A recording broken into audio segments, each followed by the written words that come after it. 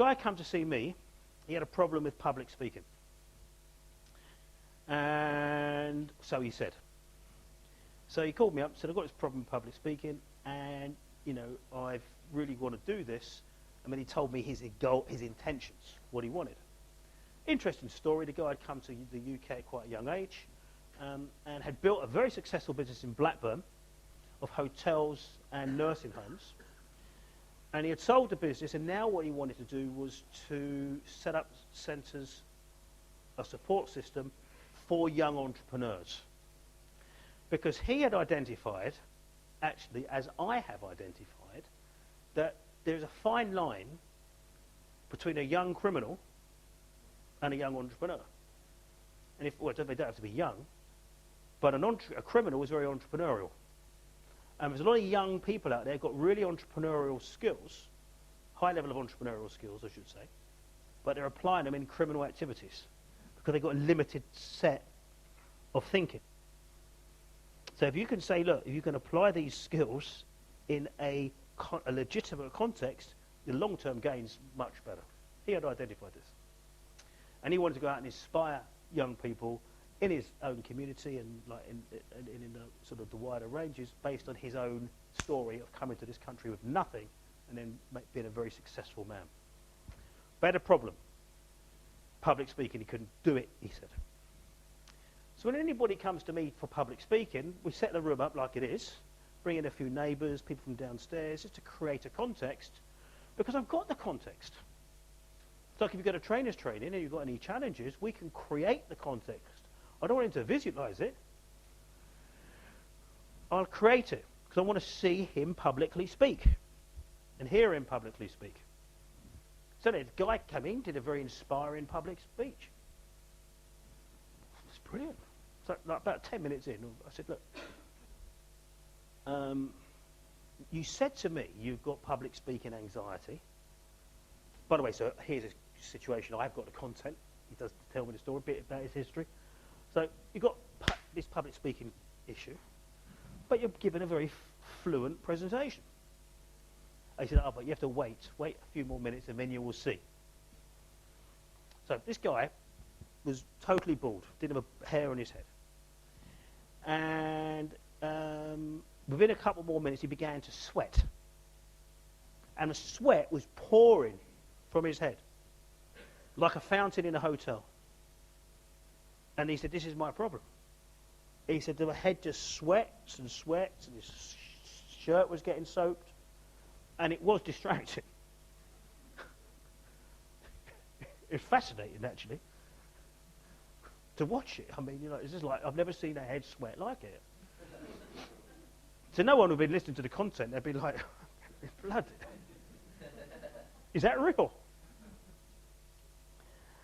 Now, I said, right, stop.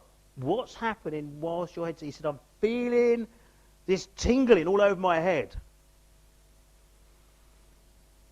What is that, everybody? It's an involuntary signal. Involuntary. So I said to all the people, staff from downstairs, I said, right, Lee, quick. Pulled him over here, sit down. I want you for a yes to amplify this signal. I couldn't see that, actually. So obviously it's good because the sweat's coming even more. And then he said, oh my God, and this is the content, all right? Oh my God, I've had a flashback. He said, I am 7 years old, I'm in school, we got beaten, religious school, you know, very religious people there taking care of young boys, girls, beating the shit out of them. Right? I got beaten for speaking out. He said, and he had a real kind of... Now, that's the content. Whether that representation was an accurate re-representation of the past or not, I don't know. But that's what his unconscious gave me at that moment in time. Now, there is a process in NLP that I'm going to share with you tomorrow where I could have explored the historic nature of that representation. It's very rare, but it's only if it's a pattern. A psychotherapist might analyse that. Where do I work with? with the signal. So I said, okay, that's enough. You've got this yes. Let the sensations reduce for a no. And you can literally see his head changing colour for a yes and a no. And the amount of sweat that come out of it. What have I got now? I have got a yes and no signal.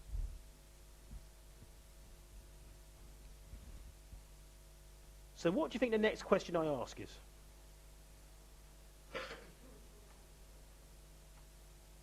No, where are we playing with? If I ask that question, what part of the mind am I working with? Now, if I said, you mean talking to the unconscious? Sorry, I misunderstood your. Yes and no. I could see there. You got what you're going there with is actually very good, by the way. You're going for a direct communication, direct negotiation, and you're going for a direct negotiation. So that is legitimate. I like that. What else could I say?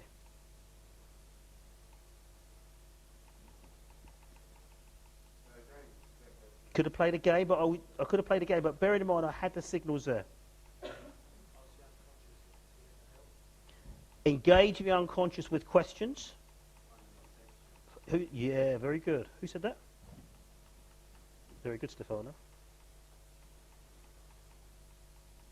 Great. All look at those screens and you can photo read them. And then attend the course after.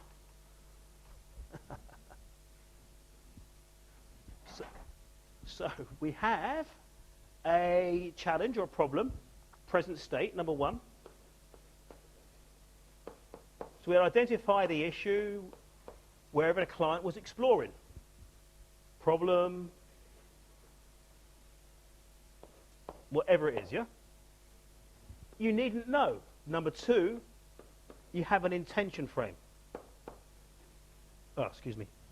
Number two, I had an involuntary signal with the client. You all know how to do involuntary signals. I want to just talk about how they feature. Number three, as Stefano's said, is there a positive intention? Just confirm unconscious. There's a positive intention behind, in this case, the problem. Having this sweat in issue when public speaking. Clear enough? And in 99.9.9.9 cases, the yes signal communicates yes, there is.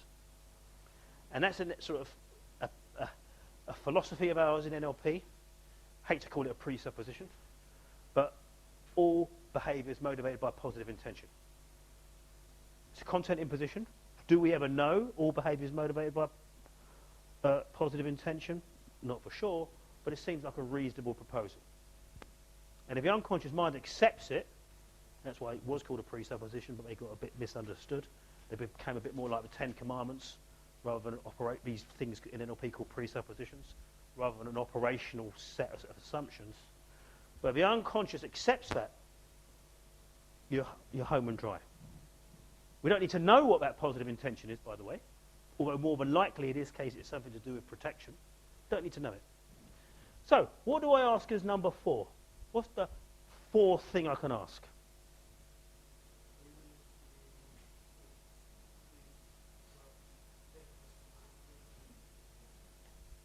You're a step ahead of me, but nice. Will you support me? You could ask that. You could ask that way up front. Nice. Beautiful. Yeah.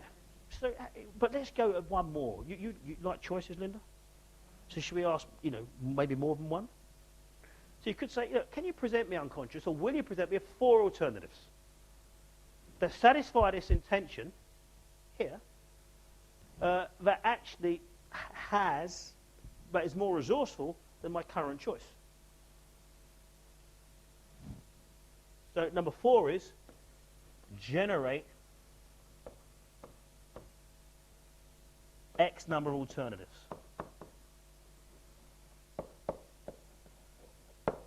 And unconscious, when you found them, please signal that you have found them. So in his case, I get a sort of a head change colour a little, and a yes signal. Number 5 and 6 sort of have been re-represented in different ways in this process. As Evard says, will you take responsibility for implementing these?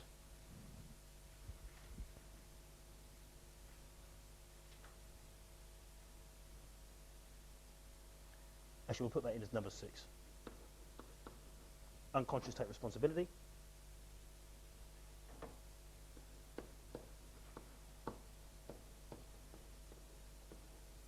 You get that signal. And number 5 is, do these choices fit with my whole system? It's called an ecology check.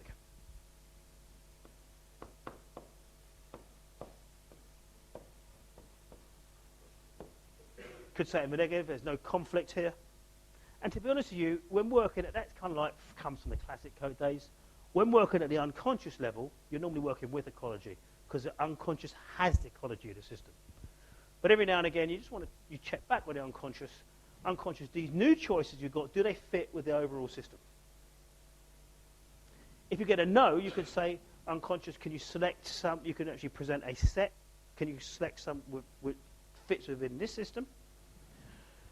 Or sometimes I'll ask, if I get a no for taking responsibility, which you sometimes get, will you take responsibility for this? Sometimes the unconscious says no. I then say to the client, it's unconscious, is there anything else you want the client to pay attention to? So in this case, anything else he needs to pay attention to. But in this particular case, issue, what he called presenting nerves, but a sweat in head, which already was a signal. So I had the involuntary, I utilised it, just like, I think when John worked here, look, it was actually yesterday, he used someone's pain as a signal. Did John use anyone's pain as a signal here in the course last week? Yeah? Oh, yeah. So, just like with the pain, we had the signal present. Intention, confirm there is a positive intention, generate X alternatives, check that the X alternatives are in ecology with the system, the unconscious takes responsibility. Now, in this client's case, the client had allocated 2 hours to be here. I did the whole thing in 20 minutes. There was no need to investigate this past representation. Some systems in NLP will say, oh, we must clean up with negative emotions. Well, are emotions ever negative? Or positive, for a matter of fact. There's just like sensations we feel. You know, yeah, I'll pick up in a moment. So, something we must clean up. Now, if there was an over-attachment to this past representation, maybe. But we didn't need to go to that past. We utilised an involuntary signal and the unconscious processes inherent in this pattern that used to be called a 6-step reframe, because it's had 6 steps and has got 6 steps, the way it's presented here.